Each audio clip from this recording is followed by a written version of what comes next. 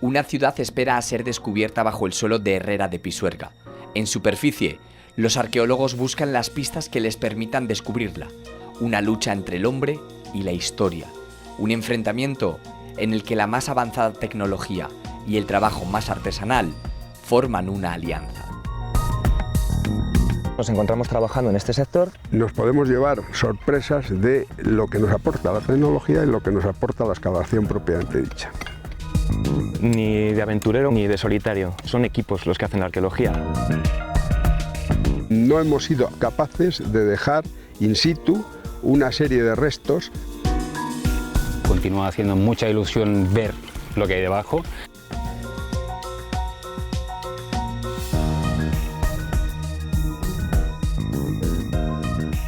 Presentes en nuestra vida cotidiana, las banderas pasan casi desapercibidas, pero detrás de los colores que ondean al viento, hay una historia en la que la obsesión por el poder de cientos de reyes las convirtió en objetos codiciados.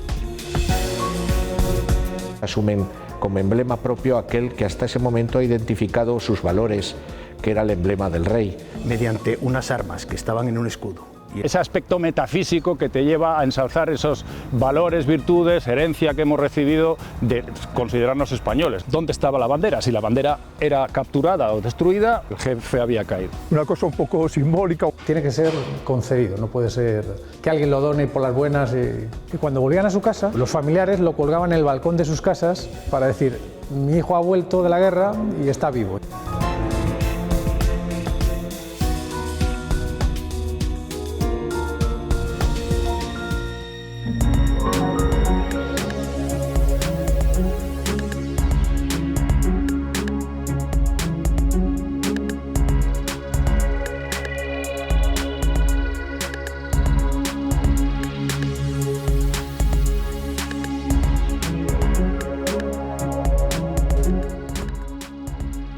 Buscar lo desconocido, explorar, descubrir, investigar.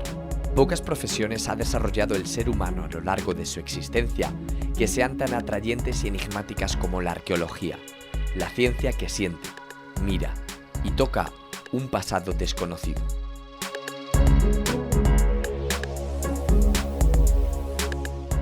La localidad palentina de Herrera de Pisuerga esconde bajo sus calles y edificios un tesoro, una riqueza cuyo origen se remonta a la época de los pueblos prerromanos. Tribus perdidas, los soldados de la Legión Tercera Macedónica, los visigodos y otros habitantes de la desaparecida Pisoraca dejaron en estos parajes, sin saberlo, un legado de incalculable valor.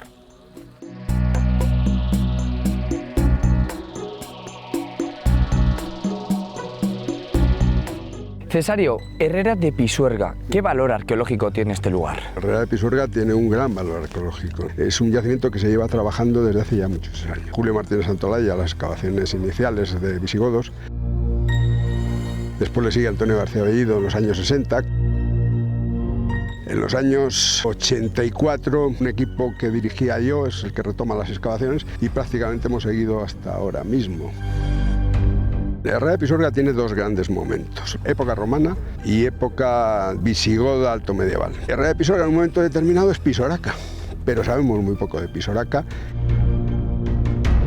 ¿Cómo se explica que hay aquí tanto pasado? Es una zona de vega importante, tenemos el Pisuerga al lado y tenemos el Burejo. Por eso el asentamiento es un asentamiento con una continuidad poblacional que prácticamente ha existido así desde siempre.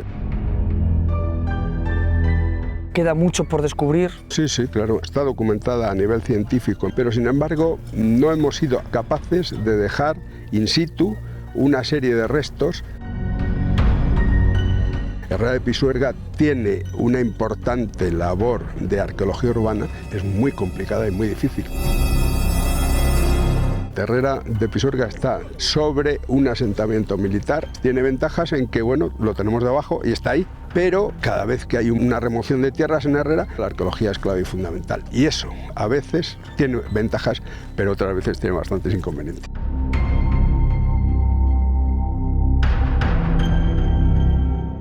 El primer descubrimiento en este lugar fue una lápida, pero ya en los años 30, Herrera se reveló como una cápsula del tiempo.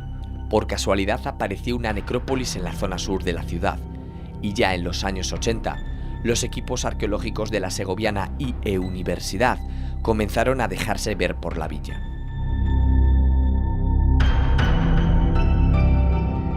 ¿Cuándo se intensifican vuestras labores en este lugar? En torno a 1984 comenzamos una labor de investigación en este yacimiento importante. Volvemos ahora mismo, ya durante este año, a retomar esos trabajos que se comenzaron en el año 84 y que ahora intensificaremos con nuestra universidad y otras universidades que van a colaborar con nosotros. ¿Cómo entraste tú en contacto con Herrera? Por unos temas de salud me dijeron que tenía que venir a la meseta, y desde que vine a la meseta cuando tenía 7 años, pues yo prácticamente ya me he quedado en la meseta, y por eso tengo yo relación con Herrera. Cuando profesionalmente analizas lo que es Herrera, te das cuenta de la gran importancia que tiene este yacimiento arqueológico. Hemos ido sacando bastantes resultados y más que vamos a sacar. Por indicaciones y por intuición a veces, fui el primero que dije que aquí había un asentamiento militar importante, el primero que documentó claramente la Legión Cuarta Macedónica en este lugar, quería conocer el ala de los partos y la corte primera gálica. Tenemos el reestudio de la necrópolis visigoda. Ahora mismo estamos en esta parte que inició las excavaciones Antonio García Bellín en el año 60 y estamos excavando unos niveles del siglo IV. Pocas ciencias tienen una imagen tan romántica como la arqueología. Antiguos buscadores del tesoro que exploraban los confines del mundo en busca de riquezas. Personajes que con sus plumas y sus aventuras eran capaces de reescribir la historia. ¿Qué tiene la búsqueda del pasado que tanto atrae al ser humano? ¿Por qué a la arqueología le rodea todo ese halo de romanticismo? El romanticismo viene de muy lejos. Cuando vienen dándose el gran tour los viajeros ingleses, parte todo este halo. Y después las películas norteamericanas nos crean un halo de esas características. Físicamente el romanticismo consta en sacar restos, materiales antiguos, y eso cuesta y cuesta mucho. Es romántica en cuanto que tienes que tener unas circunstancias, un planteamiento genérico. ¿Cuándo la arqueología explota? Esto viene determinado por unas circunstancias económicas, sociales. En España llevamos unos años que hay unos equipos de investigación que no tienen nada que envidiar a ningún equipo del mundo. Y están aportando al conocimiento científico verdades y aportaciones importantísimas. ¿Ha cambiado mucho la arqueología desde que tú empezaste hasta hoy mismo? Todos los medios tecnológicos, los mismos diarios de excavación, los ordenadores, fotografías aéreas, la arqueología es una ciencia que se basa para ello en muchas otras ciencias. La arqueología ya no es el clásico Indiana Jones. Lo que pasa es que aquí diríamos que hay dos factores. Los que hacen arqueología sentados en el despacho y otros que se dedican también a la excavación. Hay que ir al suelo y comprobarlo, porque en muchos casos nos podemos llevar sorpresas de lo que nos aporta la tecnología y lo que nos aporta la excavación propiamente dicha.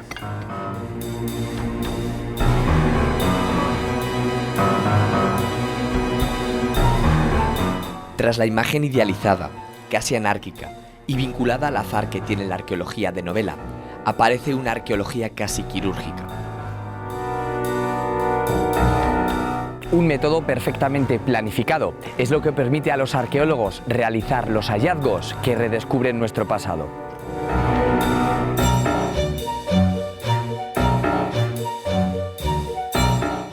¿Cómo es una excavación? Sigue una serie de fases, no se puede llegar sin ningún tipo de preparación ni estudio previo del yacimiento con un pico y una pala y empezar a sacar tierra a lo loco. Es preciso hacer de manera previa un estudio del yacimiento y un proyecto de intervención en base a una hipótesis previa que tiene que evaluar una comisión.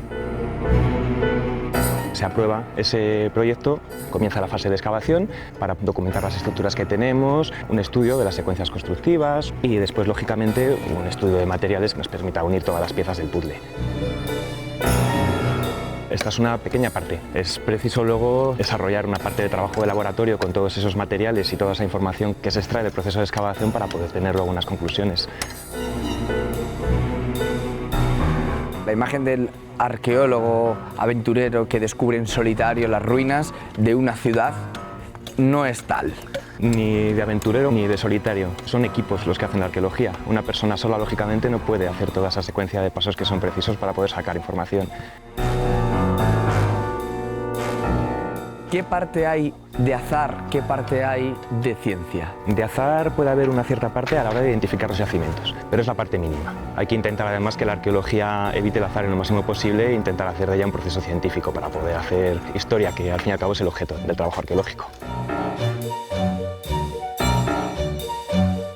¿Qué fuentes utilizáis para decir aquí se puede excavar? En primer lugar hay que identificar los yacimientos. Puedes tener referencias previas, a veces debido a las fuentes clásicas y otras veces respecto al propio registro de los yacimientos in situ. Muchas veces es la fotografía aérea, en otras ocasiones se puede permitir mediante el uso de georradares como el que estamos utilizando en estas parcelas para poder identificar o definir las estructuras que se encuentran bajo el suelo.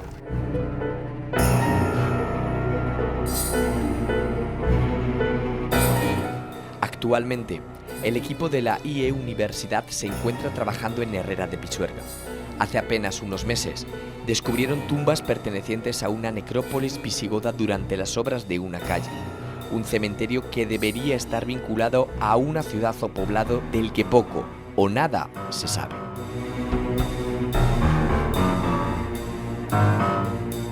En superficie, nada permite adivinar su ubicación. Solamente tierras de cultivo y unos árboles decoran el paisaje.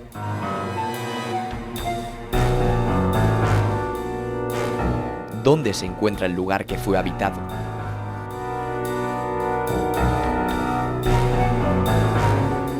Pablo, ¿cuál es el objetivo de esta excavación en concreto? Complementar un poquito la información que tenemos sobre el asentamiento de época romana o tardorromana en la ciudad de Herrera. Tenemos ya muchísima información sobre el campamento romano que se ubica debajo del casco actual. No sabíamos tanto sobre el asentamiento de la población civil en las inmediaciones de ese campamento. El asentamiento de Herrera de Pisuerga tiene un origen militar vinculado al campamento, pero no conocíamos la zona en la que se asienta la población civil. Estamos comprobando ahora mismo, con lo que llevamos avanzado de excavación, cómo esta fase constructiva que tenemos debajo de nuestros pies, en la que estamos trabajando, se corresponde a un momento de ocupación del siglo IV, posterior al momento de ese asentamiento militar. El método que se emplea en un yacimiento es el método estratigráfico, un registro científico de todas las capas de sedimento que colmatan las estructuras que conforman el yacimiento arqueológico. Manual y muy tradicional. La maquinaria que utilizamos para la excavación arqueológica son las herramientas tradicionales que toda la vida se han utilizado para los trabajos de la huerta. La retirada de la tierra se hace con picos y con palas, y en los casos en los que ya es preciso ir con un poquito más de delicadeza se recurre a la piqueta, al paletín, al pincel. ¿Hasta dónde se puede llegar con estas herramientas tradicionales? Bueno, hasta dónde se puede llegar. El objeto que tiene el uso de estas herramientas tradicionales es ir exhumando el yacimiento arqueológico que se quiere identificar y delimitando las estructuras para poder verlas, hacer un plano y hacer un correcto registro.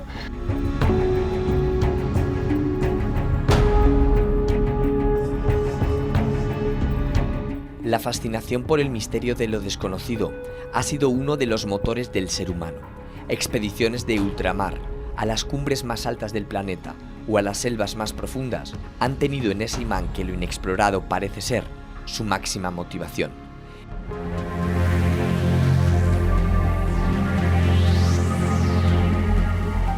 Misiones en las que los métodos más tradicionales han de convivir con las más avanzadas de las tecnologías.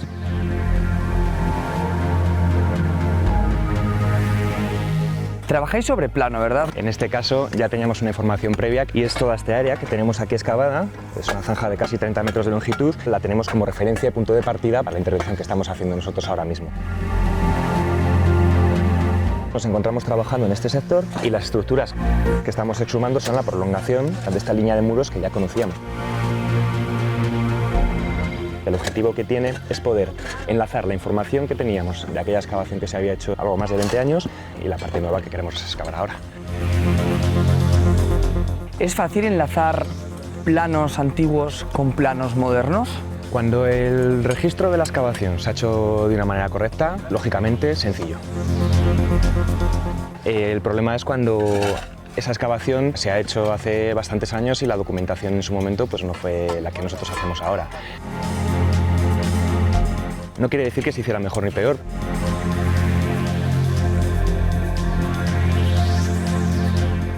Hasta hace muy poco tiempo, la rasqueta era el objeto más íntimo que podía poseer un arqueólogo.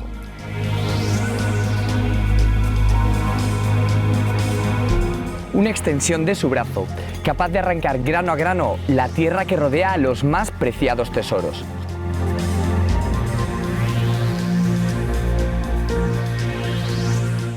El utensilio se unía a la habilidad humana para que los objetos quedaran al alcance de la mano. Pero ahora no es necesario. El hombre es capaz de ver más allá de donde la vista alcanza. La magia y la arqueología parece que se citan.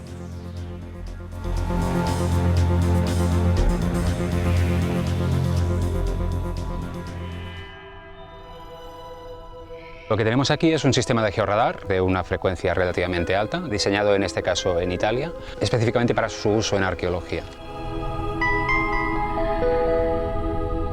Un georradar es como el sonar de un submarino. Emite un pulso electromagnético que viaja a través del subsuelo y cada vez que encuentra un cambio de composición nos envía un rebote. La suma de esta información, de muchos rebotes, queda registrado en la memoria del sistema y esto nos permite hacer mapas del subsuelo a diferentes profundidades. La geofísica arqueológica actúa con la misma relación que actúan los radiólogos respecto a los médicos. Lo que aportamos son indicios, imágenes, delimitaciones a los equipos de investigación arqueológica para que tomen decisiones respecto a sus prioridades, que les ayudan a identificar determinados elementos. El objetivo, en realidad, es proporcionar más efectividad a la arqueología. La ciencia que se aplica en la geofísica arqueológica tiene dos partes muy claras. La estrictamente objetiva, que es la toma de datos, y hay otra que es subjetiva, que es nosotros podemos sacar un mapa del subsuelo, pero necesitamos de la ayuda de los arqueólogos para intentar comprender qué estamos viendo también.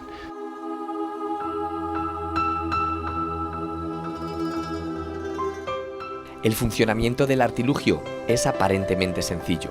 Un emisor envía un impulso tierra adentro, este rebota contra el objeto y se forma una imagen. Una técnica no invasiva en la que una pantalla permite conocer lo que hay bajo nuestros pies sin necesidad de tocar la tierra.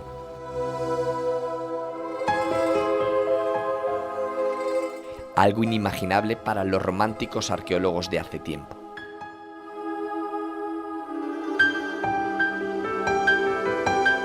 Montamos un sistema de referencia, una cuadrícula de lectura, y lo que hacemos es cubrir toda esta extensión. Vamos tomando una lectura cada 20 centímetros en el sentido horizontal y en el sentido de avance cada 2 centímetros, con lo cual conseguimos una resolución muy alta de la información del subsuelo.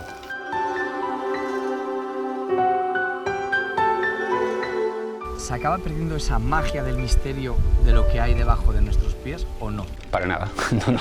Continúa siendo, yo al menos lo continúo pasando igual de bien que el primer día y me continúa haciendo mucha ilusión ver lo que hay debajo, básicamente porque no hay dos prospecciones iguales. Raramente, si te interesa la arqueología, dejas de ilusionarte con el trabajo.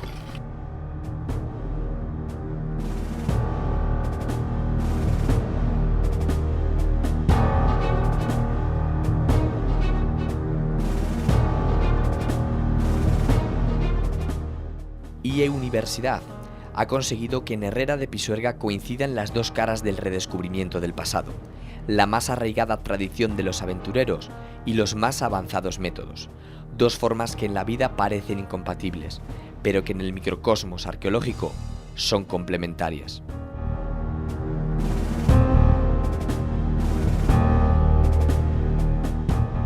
La Tierra sigue guardando celosamente su secreto. Solo los arqueólogos saben cómo desvelarlo. Mientras tanto, las respuestas al cuándo y al dónde quedan a la espera de que el azar decida resolverlas.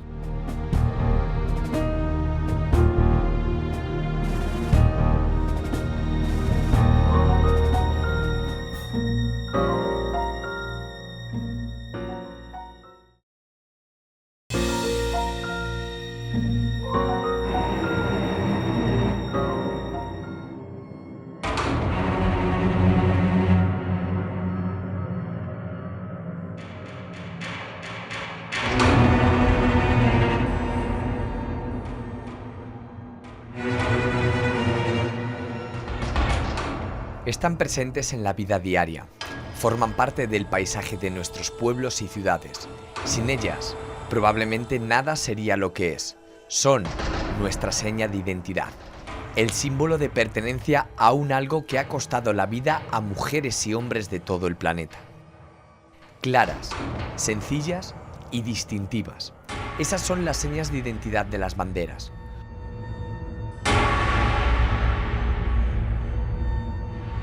Objetos que bajo su sencilla apariencia arropan millones de sentimientos. ¿Cómo un simple pedazo de tela pudo convertirse en santo y seña? ¿Por qué el ser humano tuvo la necesidad de crear estos símbolos?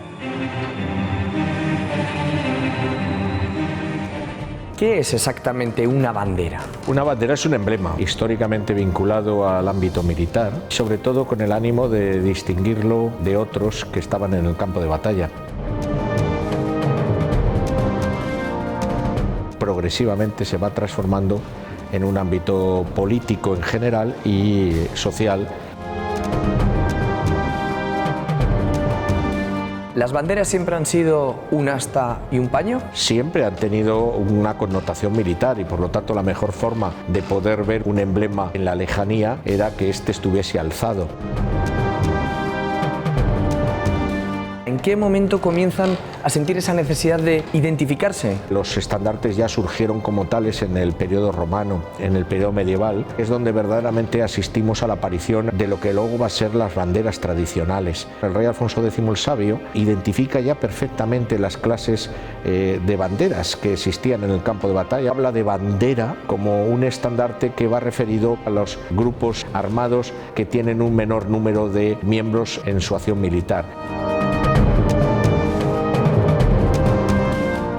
Inicialmente siempre eran representativos de un oficial, lógicamente siempre era el rey. Establecía en el campo de batalla el lugar exacto en el que se encontraba el monarca.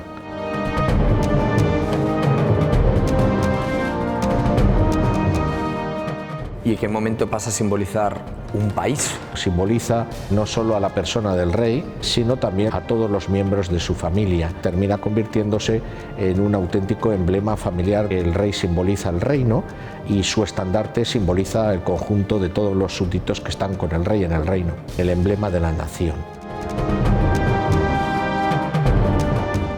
Esa transformación se produce ya en el siglo XIX, cuando empiezan a surgir las sociedades sometidas al imperio de la ley. El conjunto de los súbditos se transforma en el conjunto de los ciudadanos. Asumen como emblema propio aquel que hasta ese momento ha identificado sus valores, que era el emblema del rey. O en otras ocasiones se asumen unos nuevos. Un punto de referencia, un sistema de comunicación y de identificación. Lo que ahora representa valores, hace siglos representaba a una persona y su presencia en el campo de batalla era capital para el éxito o el fracaso de una misión.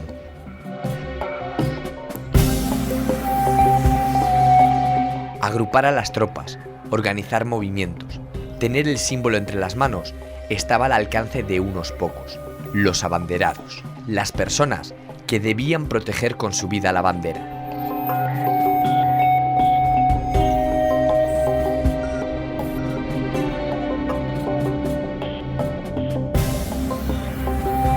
La figura del abanderado realmente existía. Y no podía no existir. Conocido en el ejército regio como alférez, portaba los emblemas del rey en batalla o en cualquier escaramuza que el rey hiciera. Cumplía una función primordial y era la de custodiar la persona del rey reflejada en su bandera. El propio alférez tenía la prerrogativa de llevar en su equipación esos emblemas propios del rey. Era una de las pocas personas que estaba legitimado para ello fuera de la familia real. En una batalla señalizaba la posición del rey. ¿La bandera o las banderas tenían otras utilidades? Para enviar órdenes había otro tipo de símbolos para el cual se utilizaban también telas, pero no es la función propia del estandarte o guión de cada regimiento.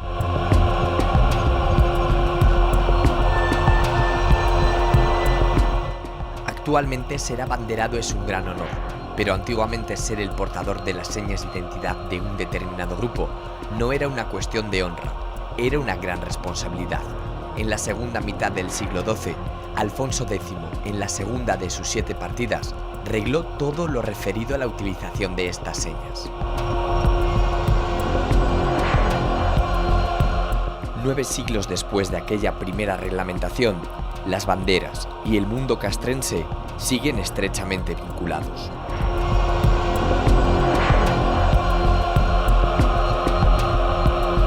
¿Dónde nos encontramos ahora mismo? En el patio de armas Teniente Coronel Primo de Rivera, del acuartelamiento General Selig, que es uno de los 2 acuartelamientos de la Academia de Caballería que está en Valladolid. ¿La bandera sigue formando parte de la vida de un acuartelamiento? No solamente es nuestra guía y ocupa lugar preeminente en el patio de armas, es la que regula el día militar. Coincidiendo con las 8 de la mañana, se produce alizado de la misma.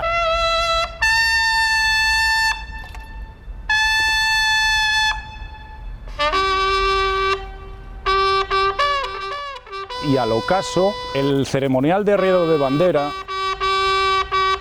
parte de la batalla de Ceriñola, cuando el gran capitán, al observar el campo de batalla totalmente cubierto con los caídos en aquella contienda, decidió, para honrar a toda esa cantidad de caídos, realizar el ceremonial de izado de su propia bandera o estandarte. Habitualmente la bandera nunca se hacía este tipo de ceremonias, sino que marcaba la posición donde estaba el jefe y representaba las armas del rey. La bandera nace casi como un mito. La bandera está regulada por una ley del año 81, dice qué edificios lo deben de tener, qué administraciones la deben de llevar y, por supuesto, las Fuerzas Armadas son las encargadas de la defensa, custodia y ceremoniales referentes a la bandera. La bandera ha simbolizado los ideales, la posición del jefe en el caso de tener que atacar o defender, incluso regular los movimientos militares. El bien más preciado era la posición de la bandera. ¿Dónde estaba la bandera? Si la bandera era capturada o destruida, el jefe había caído. Para los profesionales de las Fuerzas Armadas y los alumnos de esta academia, ¿qué supone la bandera? Aunque es una pregunta muy interna, pero no deja de ser ese aspecto metafísico que te lleva a ensalzar esos valores, virtudes, herencia que hemos recibido de considerarnos españoles.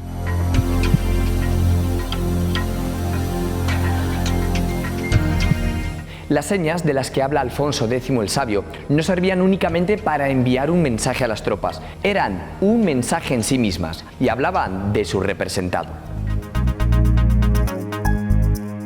Las señas mayores no farpadas solo podían representar a un rey o un emperador. Las cuadradas y farpadas a los caudillos con más de 100 hombres a su cargo. Pueblos y conventos tenían prohibido mostrar seña mayor ninguna. Es precisamente en esa partida donde aparece expresamente la palabra bandera, una seña menor, más larga que ancha. Entre sus utilidades, saber el lugar de posada para los caballeros de una determinada personalidad. En la actualidad, las banderas ya no son utilizadas en las guerras con la intención de mandar un mensaje, ni tampoco son enarboladas por los señores feudales. Ahora representan a una nación, una ciudad o una institución. Aún así, muchas tradiciones han pervivido en el tiempo como recuerdo de lo que las banderas significaron. Brigada Sánchez Redondo, estamos en un lugar muy representativo de lo que es la Academia de Caballería. Estamos en la sala del estandarte, que es donde se custodia el estandarte de la Academia de Caballería. Solo hay un estandarte dentro de cada unidad. Acompaña en las formaciones más relevantes y siempre va acompañado de su escolta. Es el que antiguamente representaba dónde iba el jefe de la unidad y es al que se rinden los honores. Este estandarte es el que dona la Diputación de Valladolid en el año 1983 en sustitución del anterior que dona la ciudad de Valladolid en el año 1940, una vez acabada la Guerra Civil. ¿Un estandarte se puede cambiar cuando uno quiera? No, los estandartes van regulados, tiene que ser concedido, no puede ser que alguien lo done por las buenas y... Existe también la figura del portaestandarte. En caballería no existen banderas. El que tenía que llevar la bandera, como iba a caballo, no podía manejar un trozo de paño tan grande. El portaestandarte normalmente es el oficial más antiguo. En este caso, en una unidad de enseñanza, es el alumno más antiguo, el primeraco de la promoción de oficiales.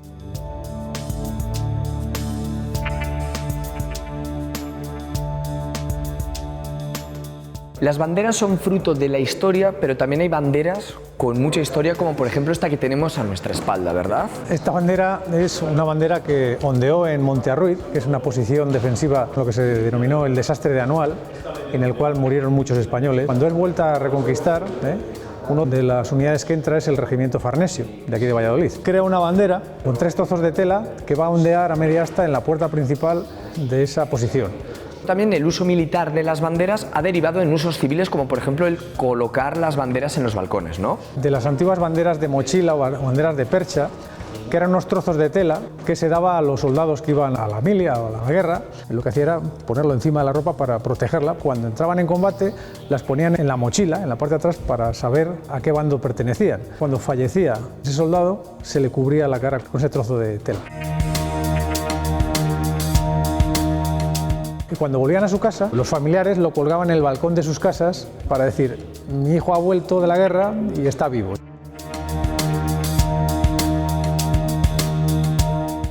Las banderas han estado siempre presentes en las fiestas, y hasta tal punto llegó su importancia que su manejo derivó en una disciplina artística, disciplina conocida como baile de la bandera.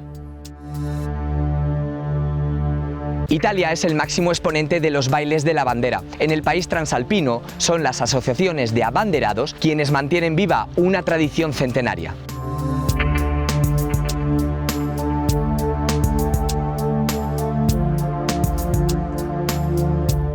Coreografías que llegaron a ser recogidas y codificadas en libros como este, obra que fue publicada en el año 1639, manuales que marcaban las pautas de cómo hacer un buen manejo de las diferentes enseñas.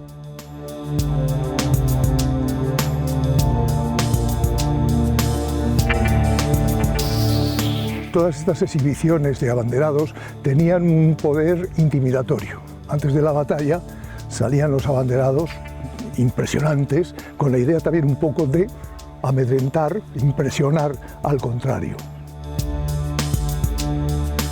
¿Dónde fueron más famosos los abanderados? A lo largo de la historia lo ha habido en todas. Los primeros abanderados han aparecido en Siena, la región de la Toscana.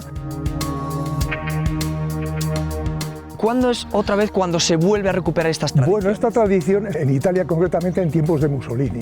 Mussolini hizo recuperar muchas tradiciones del pueblo dentro de las ciudades. Son muy queridos, muy apreciados, le dan dignidad a cualquier acto. Una procesión, un desfile, allá van los abanderados a hacer sus exhibiciones.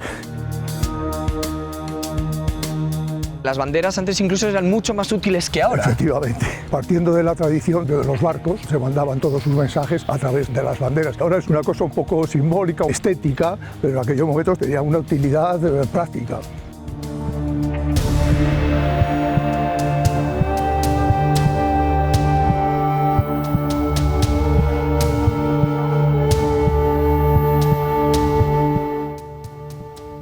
En Italia hay un montón de juegos. Antes, esta forma de jugar con las banderas tenía determinadas utilidades que se han perdido, y con el paso del tiempo se convirtió en una actividad de diversión. Ahora el lanzamiento de la bandera es una forma de desear todo lo mejor para una competición, y después llega el momento de lucir el arte de la bandera. Y ahora en el siglo XXI, ¿qué son los abanderados?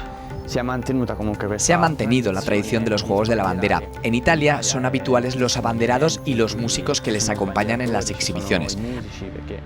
Hay muchísimas asociaciones. La nuestra tiene unas 200 personas y podemos encontrar desde niños hasta personas mayores. Él es el portador del estandarte que representa a nuestro grupo, en el que aparece San Miguel matando al dragón. Está siempre al principio del desfile. Ella es la coordinadora de los movimientos y de los tiempos. Coordina todo lo que sucede durante la exhibición. Y aquí tenemos la parte más activa del grupo, los que tocan los instrumentos y lanzan la bandera. Él es el chiadine. Su función es llamar la atención de la gente que está lejos para que se acerque a vernos. Luego está el grupo al que pertenezco. Son los tambores, que acompañan durante todo el desfile a los que lanzan la bandera. Y finalmente tenemos los sbandieratori, que son los protagonistas. Lanzan la bandera y juegan con ella. Y esta es la bandera que representa a San Miguel matando al dragón. Es el símbolo de Castiglione Fiorentino, nuestra ciudad.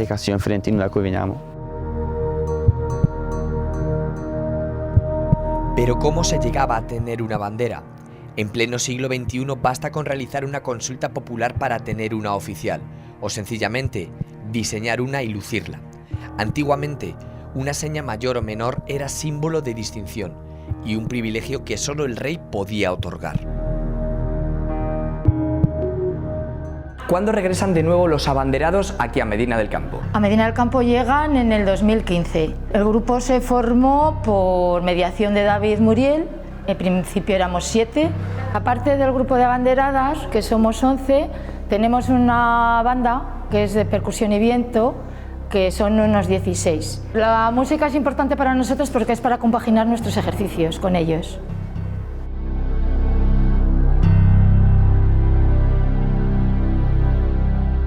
Se hizo gracias a la idea de los abanderados de la zona de Italia, en este caso, y representamos los linajes de Medina.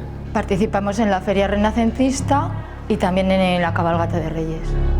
¿Qué es lo que hacéis exactamente? Simplemente llevar una bandera en el brazo, por así decirlo. Tenemos ejercicios que pueden ser juntas o bien danzas, moviendo la bandera. ¿Y de dónde sacáis todas esas ideas? Por los italianos, es lo que es típico de Italia, pero luego la coreografía es nuestra. Las banderas que en este caso llevamos son los 7 linajes representativos de los ejércitos que había antiguamente en Medina. El abanderado representaba a la casa noble de ese linaje. Y aquí tenemos a la representación de las abanderadas con los distintos linajes. Estos son los primeros que hubo en aquella época. En el 734 surgen los 4 primeros linajes de Medina del Campo. Lo compondrían Juan Morejón, Sancho Ibáñez, Juan Gutiérrez Castellano y Pedro Benito. El linaje es el escudo que llevan tanto en la casaca como en la bandera. Es el representativo de la Casa de los Nobles. Luego tendríamos a los otros 2 linajes posteriores a estos 4 que están representados entre Paula y Paula. Pues yo represento el linaje de los Pollinos. Y yo represento el linaje del Mercado. Se crearon en 1206, el del Mercado es de origen anglosajón y el de Pollinos es de origen francés.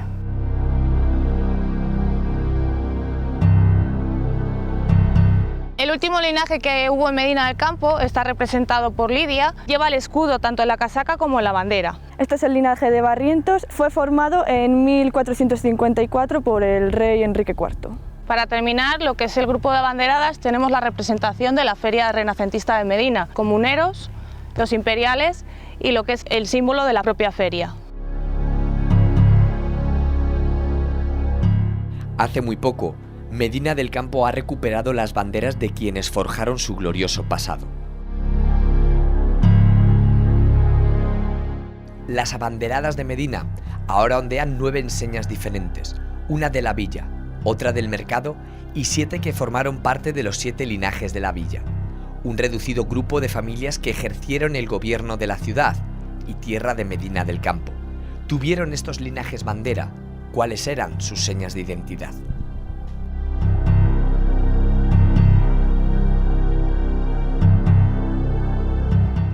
El linaje de los Lope de Barrientos fue el último en aparecer en Medina del Campo. Lo hizo en el año 1454. Cualquier persona no podía adquirir tal privilegio. Por ejemplo, el que fuera obispo 14 años antes obtuvo este documento, la concesión de mayorazgo.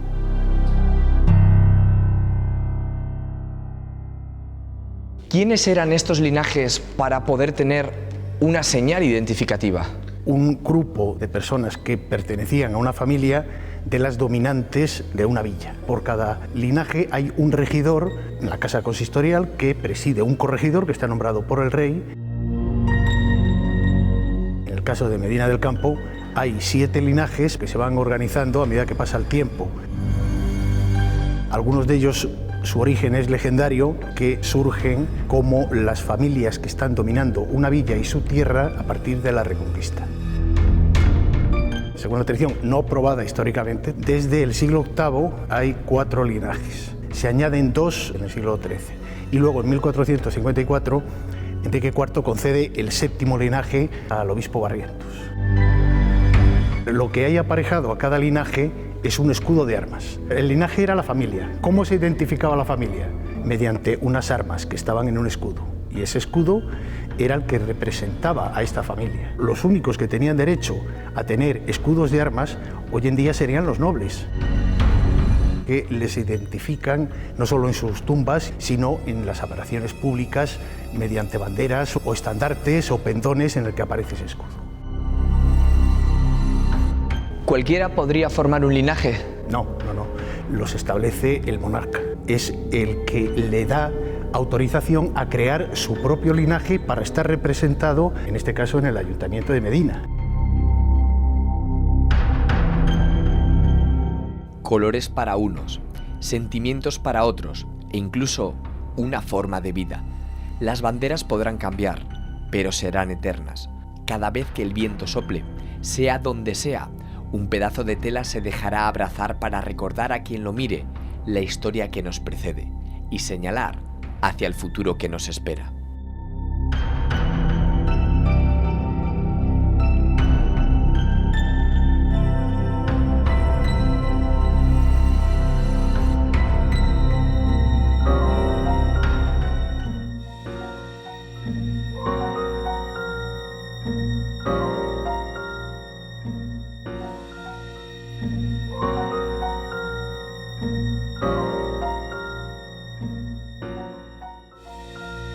Thank you.